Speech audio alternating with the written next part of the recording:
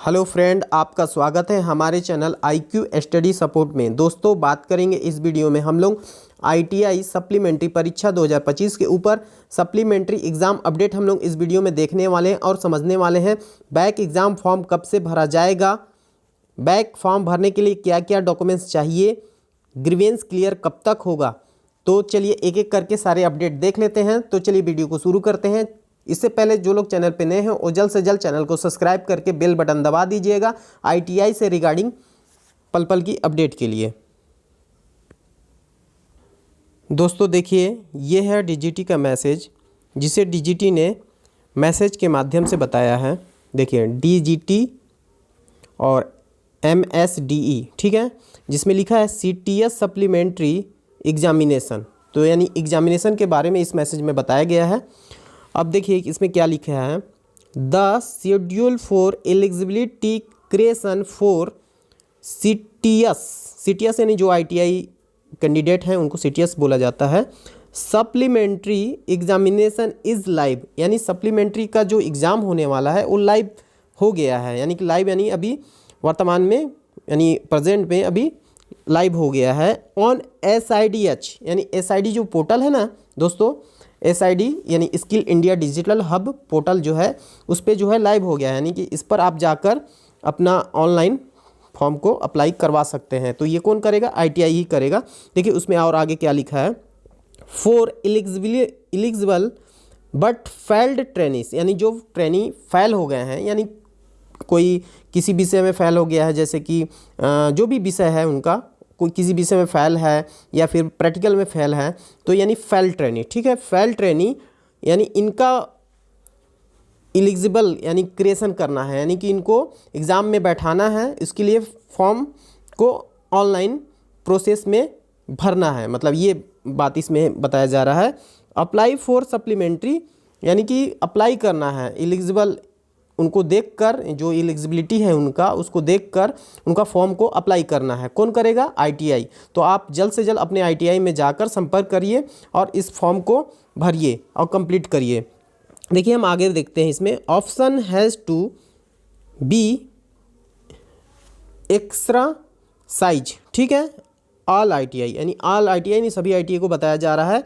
And NSTI are requested to complete these specific activities on SIDH timely, यानी timely का मतलब वो बताया जा रहा है कि SID पोर्टल पे टाइमली यानी बहुत जल्द से जल्द इसको आप पूरा कीजिए, ठीक है, जो निर्धारित टाइम है उसके अंदर पूरा कीजिए। इस किसको बोला जा रहा है? ITI को। तो आप लोग जल्द से जल्द अपने ITI में जाइए और ITI से संपर्क कीजिए और ITI में बोलिए सर कि हमारा फॉर्म भरना है, हम इस विषय में फेल हैं या फिर सप्लीमेंट्री हैं, तो आपका जो बैक फॉर्म है वो भरवा देंगे आपसे। देखिए अब फॉर्म तो आपका फॉर्म भरना चालू तो हो गया है, लेकिन अब इसमें तो डॉक्यूमेंट्स भी तो लगेगा कि जैसे कि आप जा रहे हैं बस ऐसे ही आप चले जाएंगे तो ऐसा थोड़ी ना होगा। इसके साथ साथ आप कुछ डॉक्यूमेंट्स लेके भी जाइएगा। जैसे बैक फॉर्म भरने के लिए क्या क्या डॉक्यूमेंट्स चाहिए तो आपको बता देता हूँ कि बैक फॉर्म भरने के लिए सबसे पहले तो आप अपना फ़ीस लेके जाइएगा। फ़ीस पेमेंट करना होगा तो फीस जमा करना होगा। उसके बाद उसके साथ साथ आपको 10वीं का अपना रिजल्ट को भी रख लेना है, ठीक है, और उसका फ़ोटोकॉपी रख लीजिएगा या फिर रिजल्ट ही रख लीजिएगा, आपके ऊपर है। और ITI में जो आप फेल हुए थे ना तो उसका भी मार्कशीट आया होगा ना, जो फेल का रिजल्ट आया होगा उसको भी आप ले लीजिएगा। और क्या कीजिएगा, उसका फ़ोटोकॉपी ले लीजिए, चाहे आप उसको ओरिजिनल ले लीजिए, और खैर तो QR कोड है वो तो आप निकाल ही लिए होंगे। उसके बाद अपना आधार कार्ड ले लीजिएगा और उसके साथ अपना एक फ़ोटो जो होगा पासपोर्ट साइज उसको भी ले लीजिएगा। क्या पता कोई ऑफलाइन प्रोसेस से भी हो उस फॉर्म को फिलअप करें, क्योंकि ऑफलाइन अगर प्रोसेस से फिलअप करेंगे तो उसमें फ़ोटो चिपकाना भी होगा ना।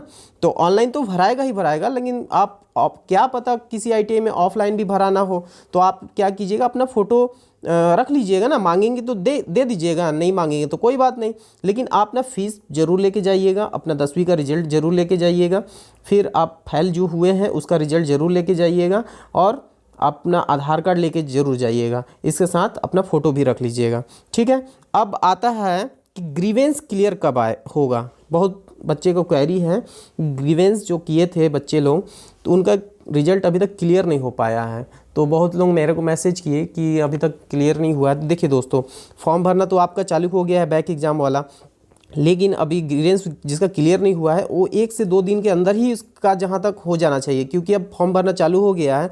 तो फॉर्म भरने के अब जिसका मान लीजिए बैक है और ऑलरेडी पहले से वो बैक है मान लीजिए, और अगर वो उसका क्लियर नहीं हो पा रहा है तो फिर कैसे होगा। तो इसलिए 1 से 2 दिन में उसका क्लियर होना चाहिए मेरे हिसाब से।